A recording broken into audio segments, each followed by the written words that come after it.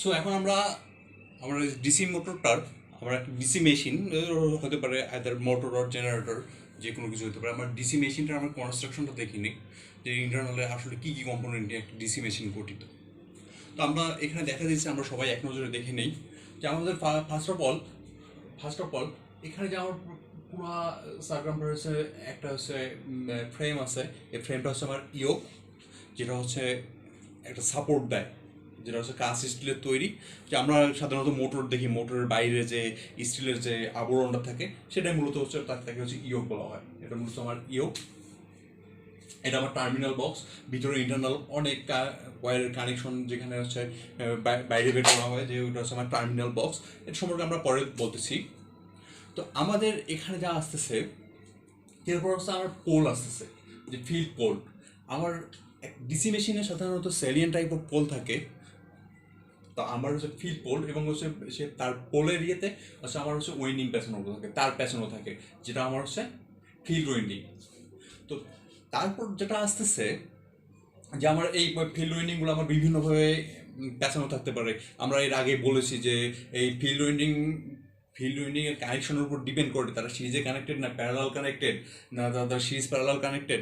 এই হিসাবে তাদের হচ্ছে অনেক ভাগে ডিভাইড করা হয়। যে আমরা দেখেছি যে অনেকভাবে ডিভাইড করা, যে ক্লাসিফিকেশন মূলত হচ্ছে একটা ডিসি মেশিনের ক্লাসিফিকেশন করা হয় মূলত এই ফিল্ড উইন্ডিংয়ের কানেকশনের উপর ডিপেন্ড করে, যে তারা হচ্ছে পরস্পর কীভাবে কানেক্টেড। সো এটা আমি আশা করি যে পূর্বে আলোচনা করা হয়েছে, আমরা সবাই বুঝতে পারছি। তো তারপর যেটা থাকতেছে আমার হচ্ছে রোটেটিং পার্টের উপর আমার হচ্ছে আর্মেচার। Rotating part armature. আমার হচ্ছে আর্মেচার, এখানে বিভিন্ন স্লোট আছে। আমার আর্মেচারের বিভিন্ন খাজ স্লোট, আমার বিভিন্ন খাজ আছে, এবং খাজের মধ্যে আর্মেচার কন্ডাক্টর অবস্থিত। তাদের মধ্যে হচ্ছে আর্মেচার কন্ডাক্টরগুলো থাকে। তো এরপর আসতেছে যে আর্মেচার কন্ডাক্টর, আমার মাঝখানে একটা কমিউটেটর, যেটা হচ্ছে commutator is nothing but mechanical rectifier. আমাদের বলা হয়েছিল, আমরা জানি, আমরা এর আগে তো থিওরি ক্লাসে আমরা যতদূর সম্ভব আমরা জেনেছি যে কমিউটেটরের কাজ কি। তো কমিউটেটরের কাজ আসলে ডিসি মেশিনের ভিতরে সম্পূর্ণ কাজ হয় আসলে সবগুলো অল্টারনেটিং কোয়ান্টিটি, কারণ এখানে Faraday's law of electromagnetic induction আসতেছে, সেহেতু সব কিছু হচ্ছে এসির অপারেশনটা বেসিক্যালি হচ্ছে এসি এর অপারেশন হয়।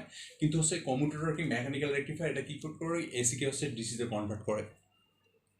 সো আমরা আশা করি যে আমাদের কনস্ট্রাকশনটা আমরা এর আগে থিওরি ক্লাসে আমরা আশা করি যে আপনারা সবাই জানছেন, এবং হচ্ছে কমিউটেটরে আমাদের কার্বন ব্রাশ আছে, এগুলো সব কিছু দেওয়া আছে। তো আশা করি যে জাস্ট হচ্ছে আমাদের এইম এটা না, আমাদের এইম হইতেছে যে আমরা কীভাবে হচ্ছে একটা ডিসি মোটরের হচ্ছে একটা ডিসি মেশিনের স্পিডটাকে কন্ট্রোল করতে পারি।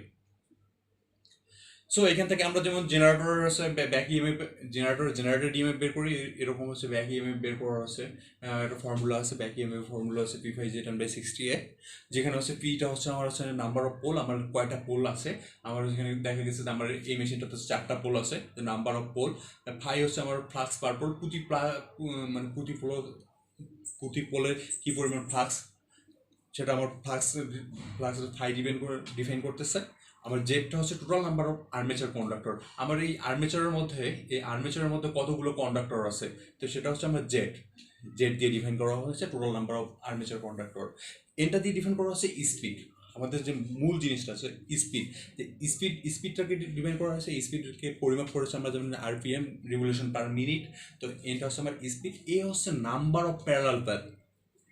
এই হচ্ছে কি নাম্বার অফ প্যারালাল পাথ বলতে বোঝাইতেছে যে আমার এই ফিল্ড উইন্ডিংগুলো আমার কীভাবে কানেক্টেড। সরি, আমি ভুল বললাম একটু, যে আমাদের নাম্বার অফ প্যারালাল পাথ বোঝাইতেছে যে আমার এই আর্মেচার কন্ডাক্টরগুলো ইন্টারনালি কীভাবে কানেক্টেড।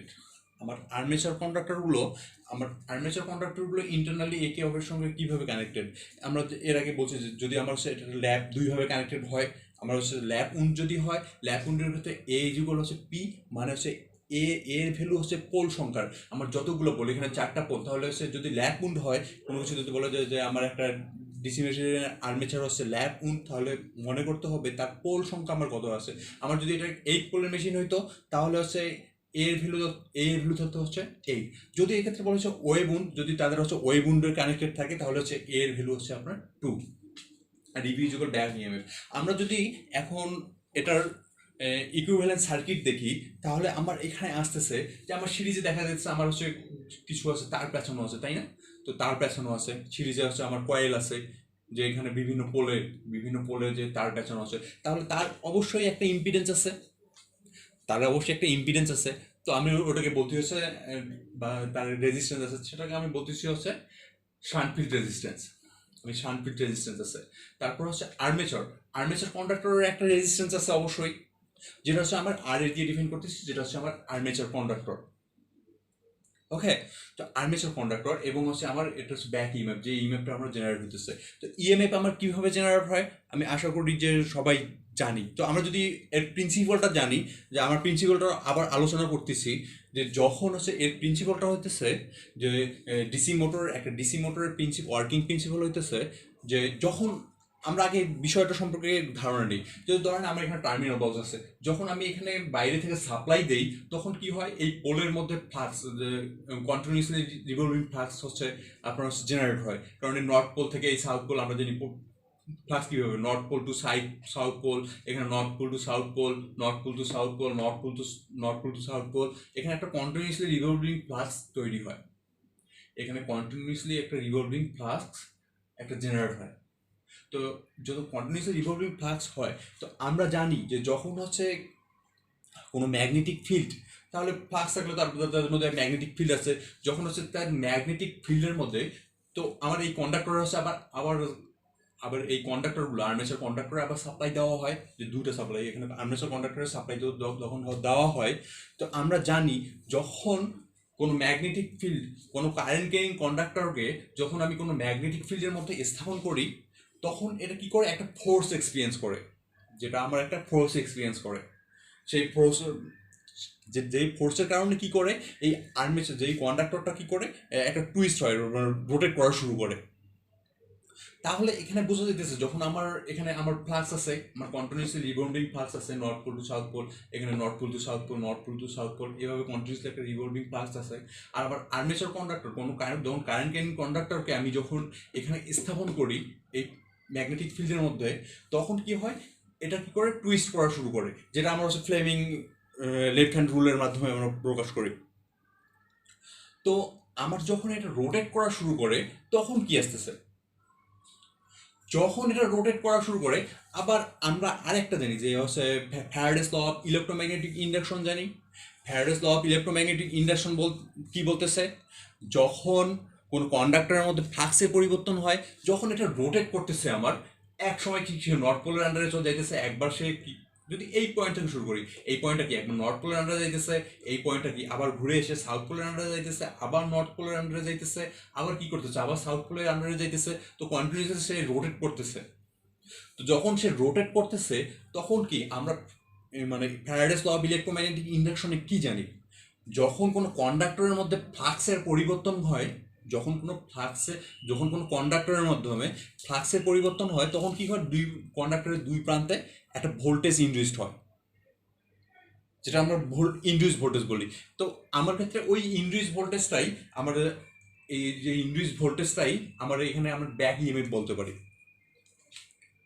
ঠিক আছে, যে ইনডিউস ভোল্টেজটাকে আমরা ব্যাক ইএমএফ বলতে পারি, যে যেখানে যার ডিরেকশনটা কি, যার ডিরেকশন উল্টা, আমার লেন্সেস ল অনুযায়ী যার কারণে সে সৃষ্টি হইতেছে, আমার এই বাইরের ভোল্টেজ সোর্সের কারণে সে সৃষ্টি হইতেছে, সেই ভোল্টেজকে কী করবে, সে বাধা দিবে, তার ডিরেকশন তার অপোজিটে থাকবে। সে আমি এখানে যদি আমি দেখি যে আমি হচ্ছে এই সাপ্লাই ভোল্টেজ দিতেছি, সাপ্লাই ভোল্টেজের ডিরেকশন এই দিকে, সাপ্লাই ভোল্টেজ ডিরেকশন এই দিকে, আমার উপর থেকে নিচের দিকে, আর ব্যাক ইএমএফের ডিরেকশন কী হবে, নিচ থেকে উপরের দিকে, উল্টা ডিরেকশনে।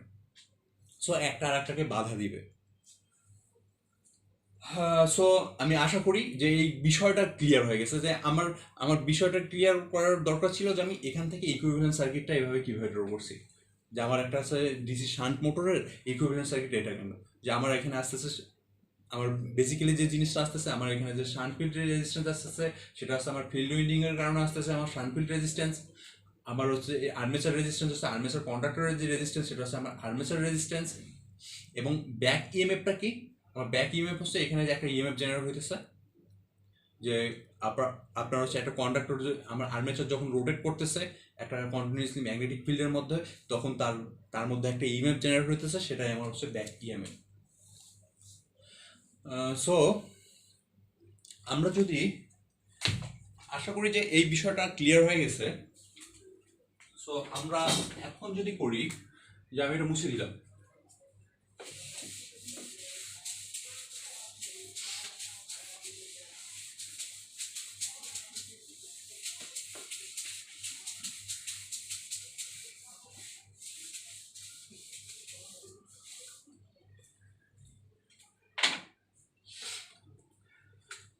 সো ইকুয়েশনটা যা দাঁড়াইতেছে আমার হচ্ছে আমার ইকুয়েশন ফাইনালি পাইলাম কি EB equal back EMF formula পেলাম ইবি ইকুয়াল হচ্ছে P phi Z N by 60A।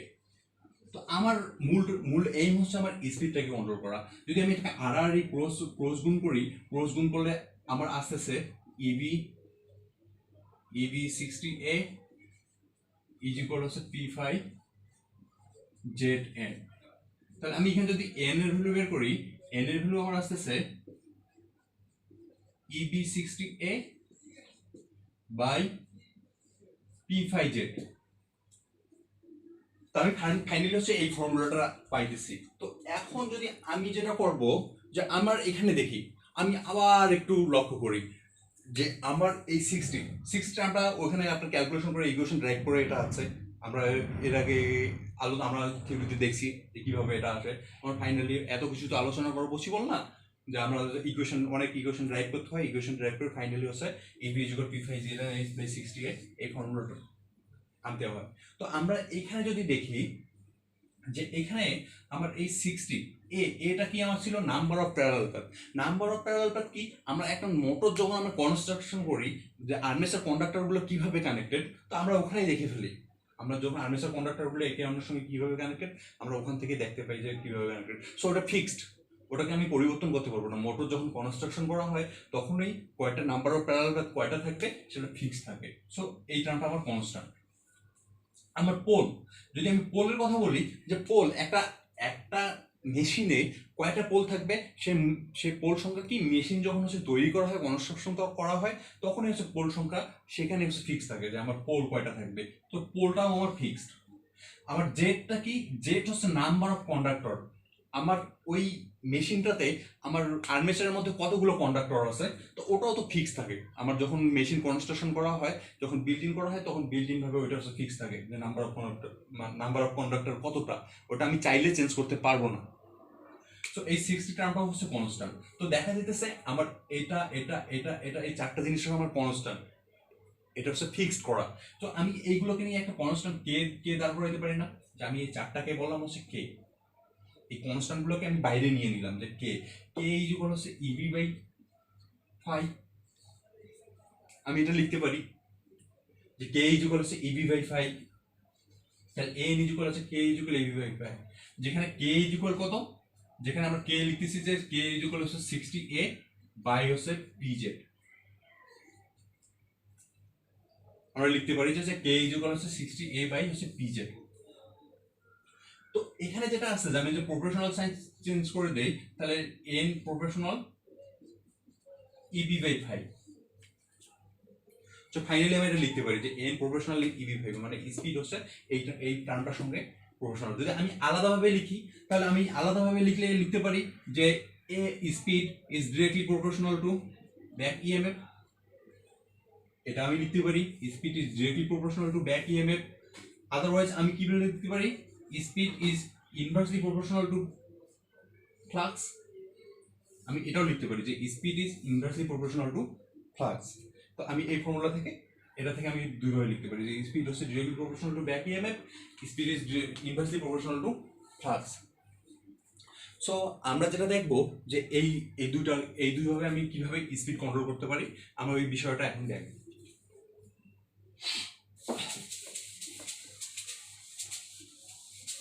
So আমরা যদি এখন ইকুইভ্যালেন্ট সার্কিটের দিকে তাকাই, যদি আমি ইকুইভ্যালেন্ট সার্কিটের দিকে তাকাই তাহলে আমার এখানে কি আসতেছে, এই ইকুইভ্যালেন্ট সার্কিট থেকে তো আমার এখানে একটা সাপ্লাই কারেন্ট আসতেছে। ফাইনালি সাপ্লাই কারেন্টটা কি হইতেছে, এখানে ডিভাইড হয়ে যাবে। আমার কারেন্ট ডিভাইডার ওয়াইজ হচ্ছে এদিকে হচ্ছে আমার আর্মেচার কারেন্ট যাবে, এদিকে আমার শান্ট ফিল্ড কারেন্ট যাবে। সো আমরা যদি প্যারালাল ভোল্টেজ সমান এই ভোল্টেজ এখানে যদি আমি কেভিএল অ্যাপ্লাই করি, তো কেভিএল অ্যাপ্লাই করি, অথবা এখান থেকে যদি বলি যে এই ড্রপ আর এই বি যদি যোগ করি, এই ভোল্টেজ হচ্ছে সাপ্লাই ভোল্টেজের সমান। যদি আমি সাপ্লাই ভোল্টেজকে ভি বলি, যে ইনপুট ভোল্টেজ তাহলে কত আসতেছে আমার, যে V input voltage is equal EB plus আইএআরএ।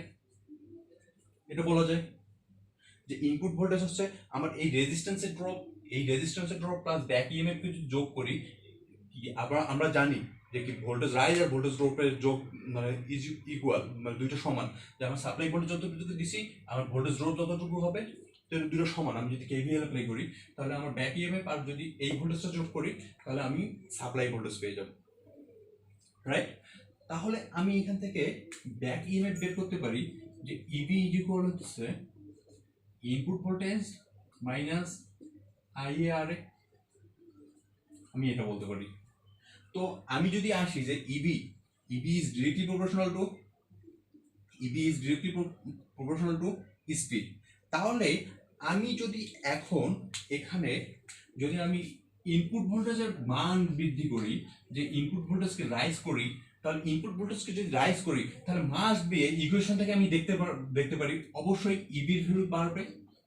যদি আমি ইনপুট ভোল্টেজকে বাড়াই তাহলে অবশ্যই কি ব্যাক ইএমএফ এর ভ্যালু বাড়বে। যদি ব্যাক ইএমএফ এর ভ্যালু বাড়ে, এখান থেকে বুঝতে পারি যদি আমার ব্যাক ইএমএফ এর ভ্যালু বাড়ে তাহলে আমার অবশ্যই স্পিডের ভ্যালু বাড়বে, কারণ ডিরেক্ট সরাসরি সমানুপাতিক। তাহলে যদি ব্যাক ইএমএফ এর ভ্যালু বাড়ে তাহলে স্পিডের ভ্যালু বাড়ে। তাহলে আমি এখান থেকে বলতে পারি যে ফাইনালি আমি কনক্লুশনে আসতে পারি, যদি আমার ইনপুট ভোল্টেজ বাড়াই, ইনপুট ভোল্টেজকে যদি আমি রাইজ করি, তাহলে ইনপুট ভোল্টেজকে রাইজ করলে কি হবে, আমার স্পিড রাইজ করবে।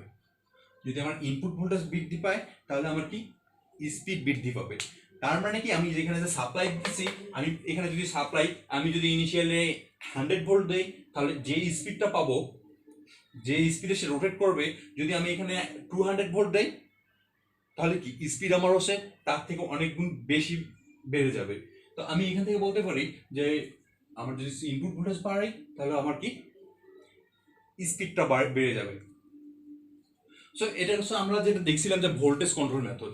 তো আমার এটাই হচ্ছে আমার ভোল্টেজ কন্ট্রোল মেথড, যে আমি যদি ভোল্টেজ বাড়াই, এটাই ছিল আমার হচ্ছে ভোল্টেজ। আমরা যে বলছিলাম যে কয়েকটা কন্ট্রোল মেথড, সেটা হচ্ছে voltage control method.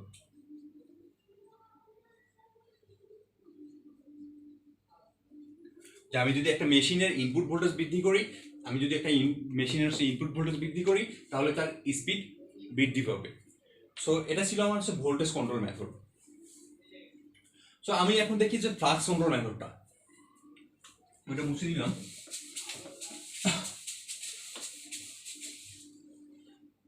So flux control method, এখন আমরা জানি যে ফ্লাক্স, কোনো কিছু ফ্লাক্স হচ্ছে কি, ফ্লাক্স হচ্ছে আমার কারেন্টের ফাংশন। ফ্লাক্স হচ্ছে আমার ফাংশন অফ কারেন্ট। এখানে ফ্লাক্স কিভাবে আমার জেনারেট হইতেছে, এখানে ফ্লাক্স জেনারেট হইতেছে, আমি যদি কনস্ট্রাকশনটা আবার একটু চিন্তা করি, যে আমার ফ্লাক্সটা কোথা থেকে আসতেছে। আমার হচ্ছে ফিল্ড উইন্ডিং ছিল, ফিল্ড উইন্ডিং এর কারণে হচ্ছে আমার ফ্লাক্স জেনারেট হইতেছে। তো আমার ওইটা কিসের উপর ডিপেন্ড করবে, আমার এই শান্ট ফিল্ড রেজিস্ট্যান্সের উপর ডিপেন্ড করবে।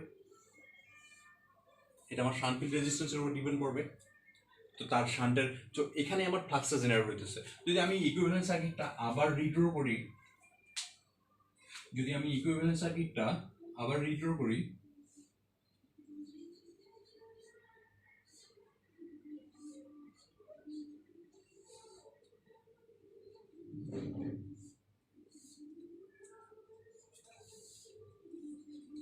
যেখানে আমি ইনপুট ভোল্টেজ দিচ্ছি সাপ্লাই ভোল্টেজ, এখানে আমার ব্যাক ইএমএফ জেনারেট হইতেছে, এখানে রেজিস্ট্যান্স দিয়ে দিই। যদি রেজিস্ট্যান্সটা এভাবে দেওয়া হয় না সার্কিটে, তারপর বোঝানোর সুবিধার্থে আমি বলি যে এটা আমার আর্মেচার রেজিস্ট্যান্স আর এটা আমার শান্ট ফিল্ড রেজিস্ট্যান্স। যদি আমার এটা শান্ট ফিল্ড রেজিস্ট্যান্স হয়, তাহলে আমার এখানে কারেন্ট বেরোবে, সাপ্লাই কারেন্ট যাইতেছে, এটা আমার সাপ্লাই কারেন্ট। এখানে কি হইতেছে, এখানে আমার আর্মেচার কারেন্ট, এটা আমার শান্ট ফিল্ড কারেন্ট। সো আমি যদি একটা কাজ করি, যে এখানে আমি আর একটা এক্সট্রা একটা রেজিস্ট্যান্স যদি আমি অ্যাড করে দিই, একটা ভেরিয়েবল রেজিস্ট্যান্স আমি অ্যাড করে দিলাম, যেটাকে রিওস্টেট বলা হয়, যেটা হচ্ছে রিওস্টেট বা ভেরিয়েবল রেজিস্টার ভেরিয়েক বলা হয়। যদি আমি এখানে রেজিস্টার একটা এক্সট্রা রেজিস্টার আমি ইউজ করে দিই, ভেরিয়েবল রেজিস্টার যদি আমি কানেক্ট করি তাহলে কি হবে দেখেন। তো আমি এই রেজিস্টার যদি কানেক্ট করি, তো আমি যদি এই রেজিস্টারের মান বাড়াই, আমি ধরেন তাহলে এই রেজিস্ট্যান্সের মান আমি ধরলাম, আমি জাস্ট হচ্ছে অ্যাডাপশন করলাম যে আমার এর 10 ওহম, এই রেজিস্ট্যান্সের মান 10 ওহম, তাহলে টোটাল রেজিস্ট্যান্স কত আসতেছে? টোটাল রেজিস্ট্যান্স আসতেছে আমার আরএসএস শান্টফিল্ড রেজিস্ট্যান্স প্লাস 10 ওহম। যদি আমি এটা 20 করি, তাহলে শান্টফিল্ড রেজিস্ট্যান্স প্লাস 20 ওহম। তো আমি রেজিস্ট্যান্স যদি বাড়াই তাহলে কি হচ্ছে, আমি এই রেজিস্টারের ভ্যালু যদি রেজিস্ট্যান্স বাড়াই তাহলে তার টোটাল রেজিস্ট্যান্সটা আমার বেড়ে যাইতেছে, কারণ রেজিস্টার আমি জানি যে সিরিজে থাকলে যোগ হয়, তার টোটাল রেজিস্ট্যান্সটা বেড়ে যাইতেছে। যদি আমার রেজিস্ট্যান্স বাড়ে, এখানে তো ভোল্টেজ আমার কনস্ট্যান্ট, তাহলে এই শান্টফিল্ড কারেন্টের ভ্যালু কমে যাবে, মাস্ট বি কমে যাবে, কারণ আমরা কি জানি যে আমার কারেন্ট কি, এখানে কি ISIS is equal V by R X plus RSS, এই কারেন্টের মান। সো আমার যদি এখানে যে এই ভোল্টেজটা ফিক্সড, এখানে input voltage are parallel connected আছে, সো আমার যদি আরএক্স এর ভ্যালু বৃদ্ধি পায়, তাহলে কি আমার অবশ্যই যদি এখানে আরএক্স এর ভ্যালু যদি বৃদ্ধি পায় তাহলে শান্টফিল্ড কারেন্ট কমে যাবে। আমরা ইকুয়েশন থেকে দেখতে পাই যে শান্টফিল্ড কারেন্ট কমে যাবে।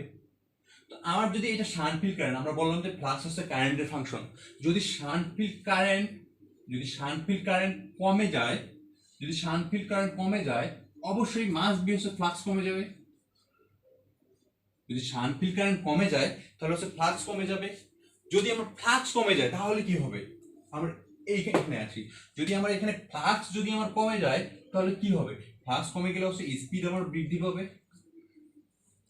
যদি আমার ফ্লাক্স কমে যায় তাহলে স্পিড আমার বৃদ্ধি পাবে। তাহলে এখানে আমি বলতে পারি যে আমার এখানে যেটা আমার ফ্লাক্স কন্ট্রোল মেথড বলা হয়, অনেক সময় হচ্ছে ফিল্ড রিওস্টেট কন্ট্রোল মেথড বলা হয়, অনেক সময় এটাকে বলা হয় কারেন্ট কন্ট্রোল মেথডও বলা হয়। সো আমরা এখানে দেখতে পারতেছি যে আমার যদি ফাইনালি আমার যদি কারেন্টের উপর মূলত ডিপেন্ড করে, যে আমি হচ্ছে কারেন্টটা যদি বাড়াই, যে আমার শান্টফিল্ড কারেন্ট কমে যায় তাহলে কি আসতেছে, তাহলে আমার ফ্লাক্স কমে যাবে, আর ফ্লাক্স যদি আমার কমে যায় তাহলে আমার হচ্ছে স্পিড বেড়ে যাবে। সো এটা হচ্ছে আমার ফ্লাক্স কন্ট্রোল মেথড। সো এই যেটা আসতেছে, আমি এই ফ্লাক্সকে কন্ট্রোল করে আমি হচ্ছে একটা ডিসি মোটরের স্পিডকে আমি কম বেশি করতে পারি, আমি কন্ট্রোল করতে পারি। আমার যদি দরকার পড়ে যে আমি হচ্ছে রেজিস্ট্যান্সের মান কমাই দিব, রেজিস্ট্যান্সের মান কমাই দিলে কি হবে, রেজিস্ট্যান্সের মান কমে গেলে হচ্ছে কারেন্টের মান বেড়ে যাবে, কারেন্টের মান বেড়ে গেলে হচ্ছে কি হবে, কারেন্টের মান বেড়ে গেলে ফ্লাক্স বেড়ে যাবে, ফ্লাক্স যদি আমার বেড়ে যায় তখন হচ্ছে কি স্পিড কমে যাবে। তো আবার এইভাবে আমি ইচ্ছা মতো আমি কম বেশি করতে পারবো।